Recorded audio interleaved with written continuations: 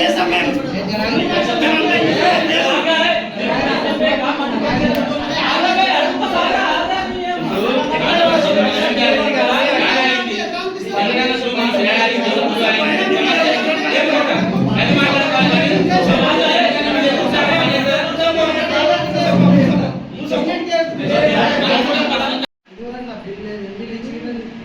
ఎప్పుడో ఇచ్చినా దొరకలేదు, నీకు ఇచ్చిన మళ్ళీ 3 నెలలు నీవు నేను కలెక్టర్ ఆఫీస్ పోయి ఎక్కడెక్కడన్నా తులాట్ మళ్ళీ తీసుకొచ్చింది ఇచ్చిన నా పైసలు నాకు ఏమో నాకు ఇవ్వగలను.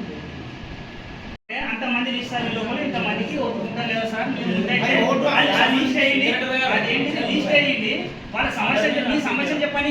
అసలు గ్రామ సభ అంటే ఏంటో నువ్వు చెప్పు. ఇప్పుడు గతంలో అంటే చదువుకోని వాళ్ళు చదువుకున్న వాళ్ళకి ఇంట్రెస్ట్ లేదు.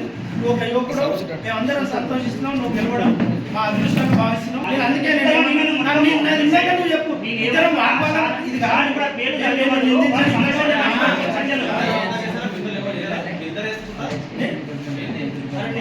నువ్వు మాట్లాడా నా టైం నేను అడిగి నేను అందుకే ఏమంటున్నా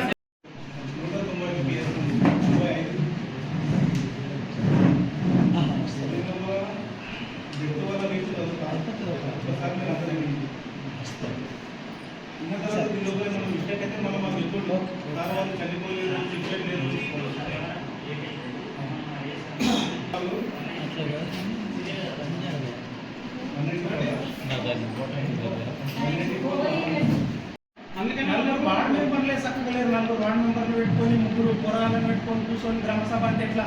ఇది గ్రామసభ కాదు. 10 గంటలకు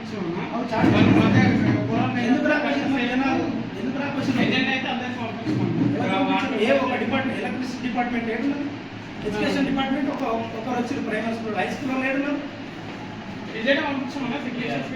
మరి రాకపోతే వాళ్ళ మీద చర్యలు ఉన్నాయా? ఉంటాయి, తీసుకోవాలి. ఎవరు లేకపోతే ఎవరిని అడగాలి? 28 మందికి మనం విజయంగా నేను చెప్తా. నీవు అంటే వహించాల్సింది, ఇప్పుడు మంచికి చెడుకు బాధ్యత వహించాల్సింది మీరు. గ్రామసభ సక్సెస్ అయితే నీకు వస్తుంది మంచి పేరు, మాకు రాదు. నువ్వు చేయాలి, మోటివేట్ చేయాలి, రావాలి. రాకపోతే గ్రామసభ ఫెయిల్ అయినట్టు, నువ్వు ఫెయిల్ అయినట్టు. గ్రామసభకు అధ్యక్ష వహించి నువ్వు ఫెయిల్ అయినట్టు తెలుసుకో. అట్లా కాదు సర్పంచ్ గారు, నేను చెప్పేది నువ్వు అర్థం చేసుకో. దాన్ని తప్పుగా భావించు. గ్రామ సభకు అందరు అధికారులు రావాలి. గ్రామంలో ఇది చిన్నపాటి నువ్వు ఒక ప్రథమ పౌరుడు అందరూ వస్తున్నారు. 10 గంటలకు ఎప్పుడో 11 పిలిపి మళ్ళీ 1 గంట లేట్ కానీ సార్ లేట్ అవుతుంది, నువ్వు చదువుకొని పోనీక కాదు. నువ్వు నేను ఒక విషయం నాకు ఒక 5 నిమిషాలు పర్మిషన్ నేను మళ్ళీ మాట్లాడాలి, నేను డిస్టర్బ్ చేయను. నేనేమంటానంటే గ్రామ సభ అనేది గ్రామం వస్తున్నప్పుడు నా అనుమానం ఉన్నప్పుడు అడుగుతాను, మరి డిస్టర్బ్ చేయాలి. నేనేమంటున్నా, అసలు గ్రామ సభ అంటే ఏంది అది జనాలకు అర్థం చేయు, వాళ్ళే వస్తారు. రెండోది, గ్రామ సభకు వస్తే ఇప్పుడు అది ఓటు హక్కు సమస్య.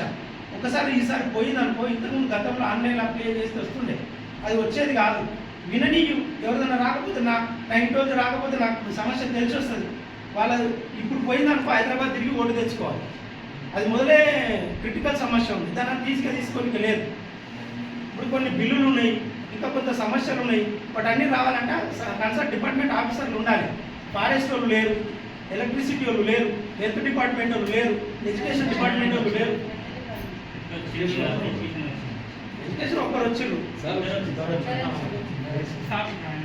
10 గంటలకు పెట్టుకుంటే 11 గంటలకు వస్తున్నారు. ఏ ఒక్క డిపార్ట్మెంట్ ఏఈ లేరు. మరి అందరికీ లేకపోతే ఎట్లా అడుగుతాం? R&D వాళ్ళు ఉన్నారా? పెద్ద సమస్య ఉంది నా సంబంధం. R&D వాళ్ళు లేరు, తెచ్చిరాడ బురజ పోసారు, ఉన్నదాన్ని మొత్తం బురజ అయింది. దాన్ని ఇవన్నీ అడగాలంటే కావాలి కదా. దానికి బాధ్యతగా నువ్వు చదువుకున్న వ్యక్తికి గెలిచినావు. R&D వాళ్ళు గ్రామ సభలకు ఇన్విటేషన్ ఉండదు, వాళ్ళ ఒకటి తెలుసుకో ఫస్ట్. రెండోది ఏంటిది, వాళ్ళకి వస్తే ఏఈ నంబర్ ఇస్తారని మనం అప్రోచ్ అయినామా కాలేమో మన గ్రామ సర్పంచ్ గారు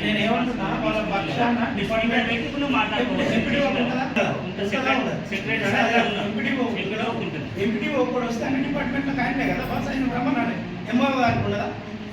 ఎంఆర్ఓ వచ్చింది. నేను ఏమంటున్నా, వాళ్ళకి లేకపోతే వాళ్ళ సబార్డినేట్స్ ఉంటారు కదా, వాళ్ళని రమ్మంటే వాళ్ళ సమస్యలన్నీ వస్తాయి కదా. నువ్వు సాదా సిస్టమ్ లాగా ఓపు అంటారు. నేను సూచన ఏంటంటే పాత సిస్టమ్ లాగా ఓపు. నేను అనేది నా వ్యక్తిగతం కోసం కాదు, అందరికి సంబంధించింది. చేస్తే ఇట్లా చేయి మంచిగా, నీకు మంచి పేరు వస్తుంది. సర్పంచ్ అయినా రేపు ఇంకోటి అవుతావు, ఇంకోటి అవుతావు. దాన్ని దృష్టిలో పెట్టుకొని నువ్వు ఏదో వాదించాలి, నీతో చిన్నతనం చేయాలి, ఆ ఉద్దేశం కాదు మాకు అనేది.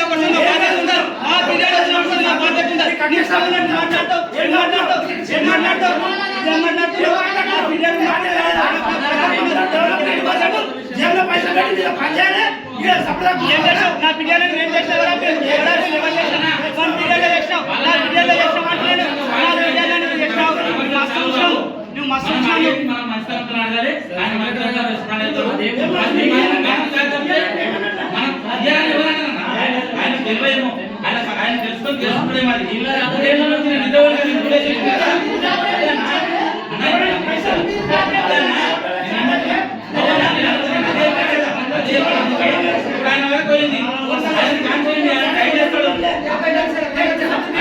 మనం అడగాలి, చెప్పుకోవాలి.